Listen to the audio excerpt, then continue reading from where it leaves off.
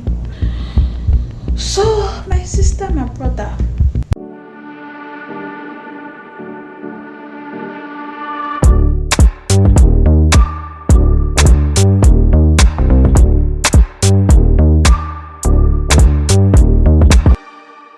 hi babe, welcome back to my channel.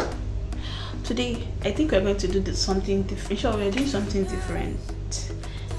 Ready and get ready with me. Get ready with me to go nowhere.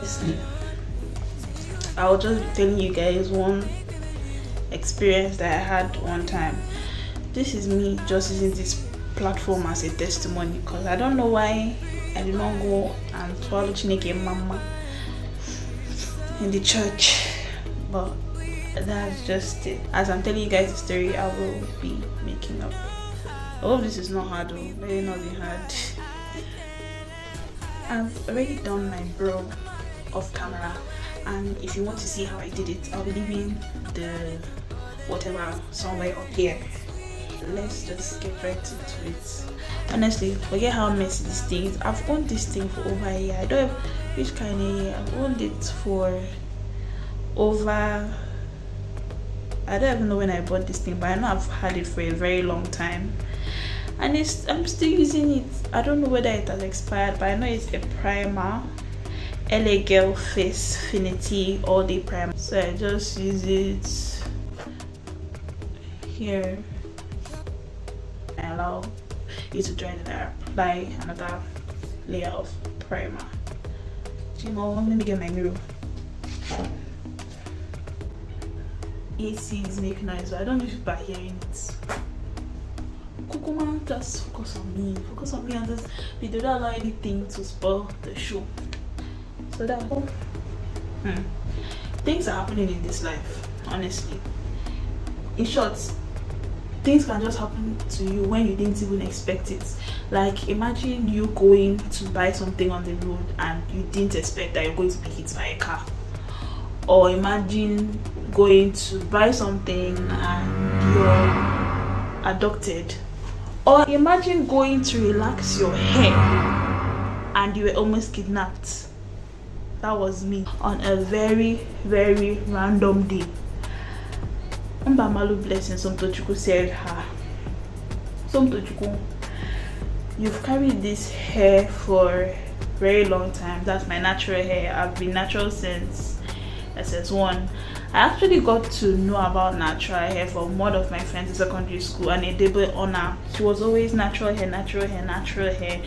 And you know me, I also joined the crew of natural hair because aside my hair being relaxed and long now, I really had a good natural hair. So I was like, what would it cost me? After all, it's natural and I like natural things. Aside that, I've had this natural hair for over 5 to 6 years, and it's breaking. It's stressful. I was not seeing any growths. I'll go to YouTube and I'm seeing people say drawing their hand to reach to here, and there was Mbamalu blessing. Shit. As I was saying before, something literally interrupted me. It was Mbamalu blessing Somtochukwu. I'm not seeing any growths in this hair. In short, it will grow and it will cut, it will grow and I was like, please, I'm tired of all this thing. So I went back to my village, Oba. God, it's so difficult to talk and do this thing. Maybe let's just be doing that. I'll continue.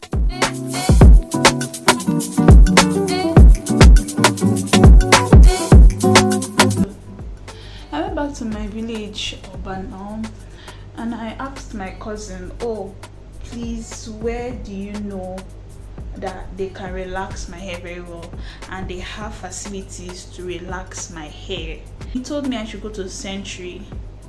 As a babe that's already entered into the university and I can actually go anywhere that I want to without anything. I'm like, okay. I just told my great grandma, Mao, and my AJ Kanje retouches.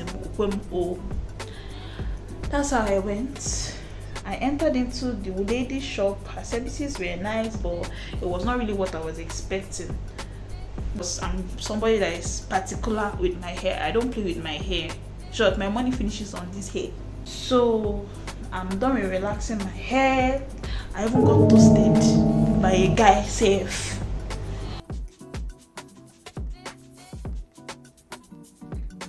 At this point, I started waiting for Keke to go back home, to go back to my higher land. Honestly, this foundation is too much, but let's just be going. That's land though, where I'm coming from. But I didn't see, so I kept waiting, standing there, and eventually a Keke stops my way, and I am happy. I'm happy that the Keke stops. The Keke was empty and I entered. So he starts picking up other Keke passengers now. That's a normal thing. Come on now.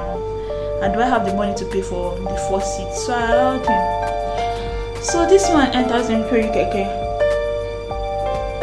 and tells me, asks me, am I a Christian? I tell him yes, I'm a Christian. He tells me that he's from Cotonou, I've been at Togo.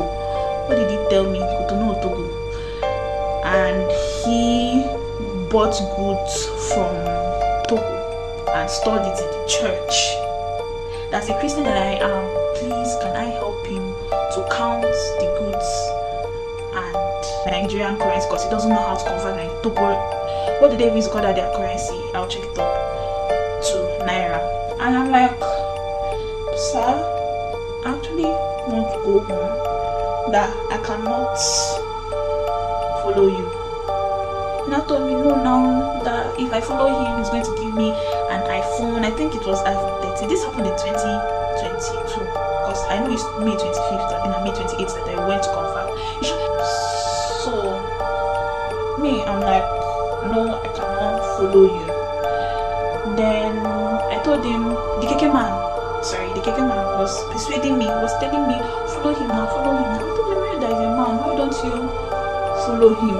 At least you say you're driving Keke, what am I using? Because honestly, I don't know, but the type of training that I got from when I was small, it didn't make me materialistic. So I told him, you're a man, and besides, between the both of us, you're even the one that needs that iPhone, whatever he promised. But I didn't say this part, I just told him that why don't you follow him? Then that guy was not like, you're a woman, that I only trust men, that is men that I want. I was like, So when the guy noticed that I was not following his story, he comes down on the Keke and me all day. I was like, sir, you're new to the country now, Mary Magdalene.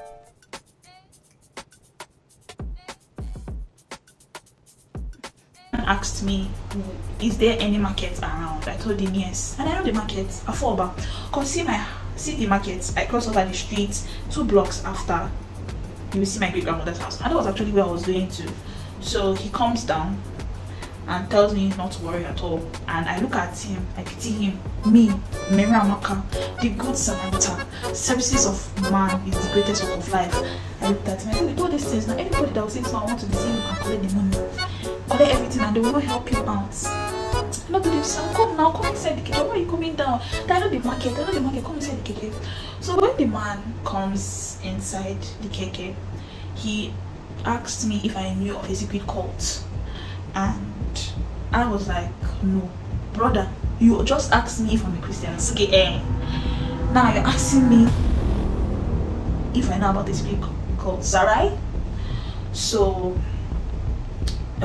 he told me that he belongs to a secret cult, and that as he's talking to me now, if I should disclose anything that happened in our conversation, that I'm going to die within 3 days. He's talking to me now, that the poison is inside my body.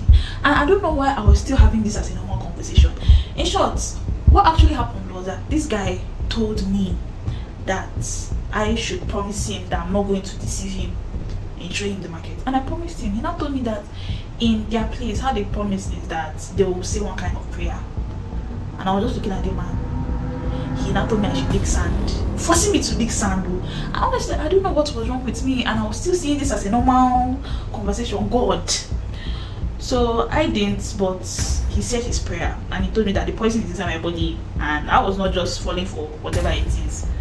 So on getting to that market,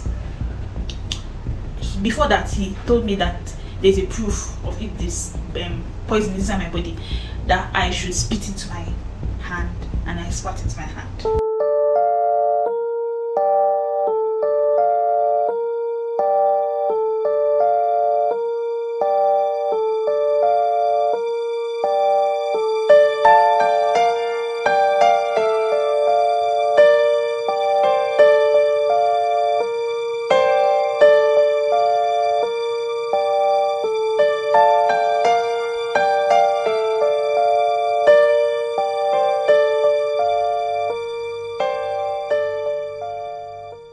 You guys, I'm doing nonsense because I don't even know what I'm doing. Anything I'm doing, I don't know what I'm doing.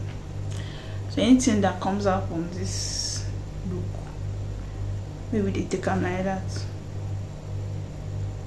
I came down from the keke. Remember, he told me that I should spit it into my hand, and I spat. So he told me that if it appears in the back of my hand, then I'm poisoned. Then if it doesn't appear, I'm not poisoned. To my greatest shock and surprise of my life, I turned my hand and the spit I just put in my hand appeared at the back of my hand. Hey! I was not like, God forbid, I will not die, I will not die, I will not die, I will live, God forbid. They were now telling me, enter inside, that around that Shana something, that's where the antidote is or something like that. I told them, God forbid that be the daughter of Zion. So I actually checked to know if I intentionally there to know if they carried another passenger, but they didn't carry anybody. So, and still I hadn't realized what happened. It was until I went inside my room, I laid down and I started to process every single thing that happened to me, and I shouted, Jesus, Lord and Savior. Even in my own father's land, I am not protected. So where am I now safe? The whole of Nigeria is not safe for me. So my sister, my brother, at the end of the day, pray to whoever you are prayed to guide and protect you, because it is so weird that you wake up in the morning, you pray, you go out, and something you never imagined to happen to you just happens to you. It is so weird, it is so bizarre, and I'm not even praying for that kind of thing to happen to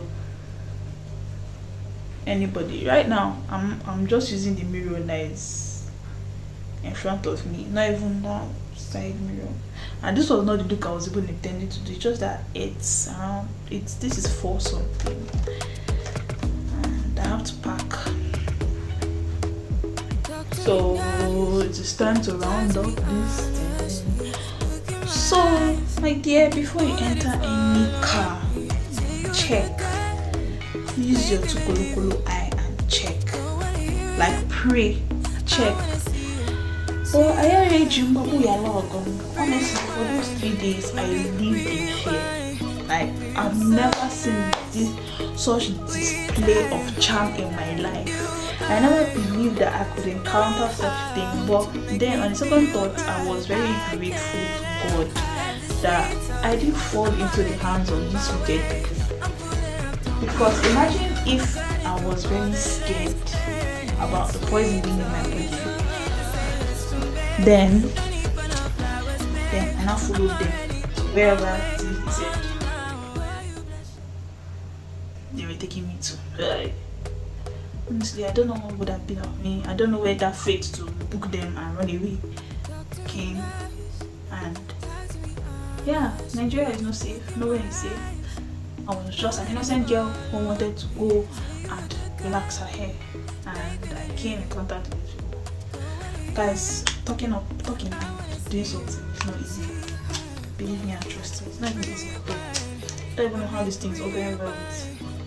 Hey, hate the smell of this thing.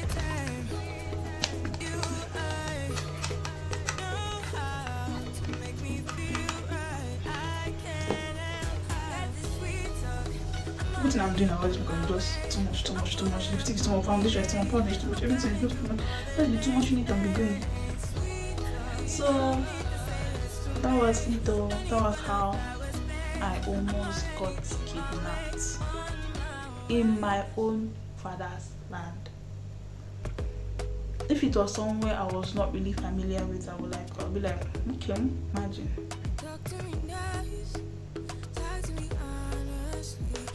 But I came back safe.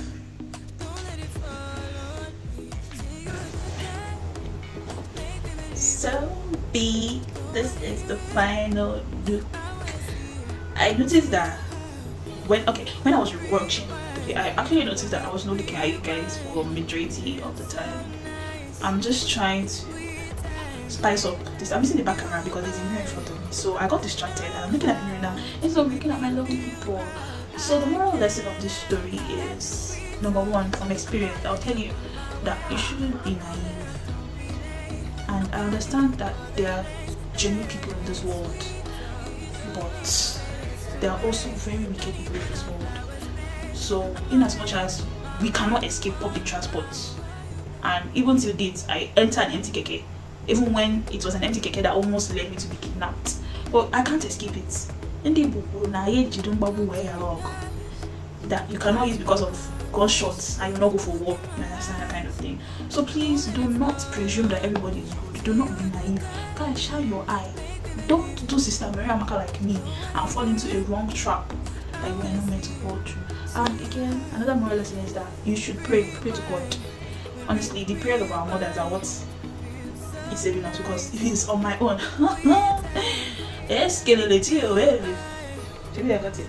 So this makeup look did not turn out. This is not my best, I promise. But this is my first time making up and giving a story time, and it was hard to do it. I hope you really learned from this story of mine. I came here to give it as a testimony because each day I think about the experience. I'm like, you missed one chance. Like my grandma was shouting at me when I eventually opened up because I was living in fear.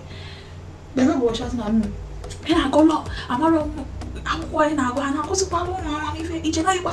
you know, those kind of things. So it really taught me not to respond to people. If I'm walking on the road and I don't greet you, sorry, I'm just trying to protect myself. You are old enough to take responsibility for yourself. That's all I have to tell you. I just want to give thanks to God, and I want to thank you guys so that you guys learn from my experience. Please do like, share, subscribe. I know I didn't introduce myself. My name is Obamalu Blessings Somtochukwu if you watched from here, but on this channel I'm known as BB Somtochukwu. See you. It is currently 4 something and I really have to pack up my things to travel tomorrow. I don't even know how I'm going to do it. So bye to the NatCon conference, and I'll see you whenever I see you.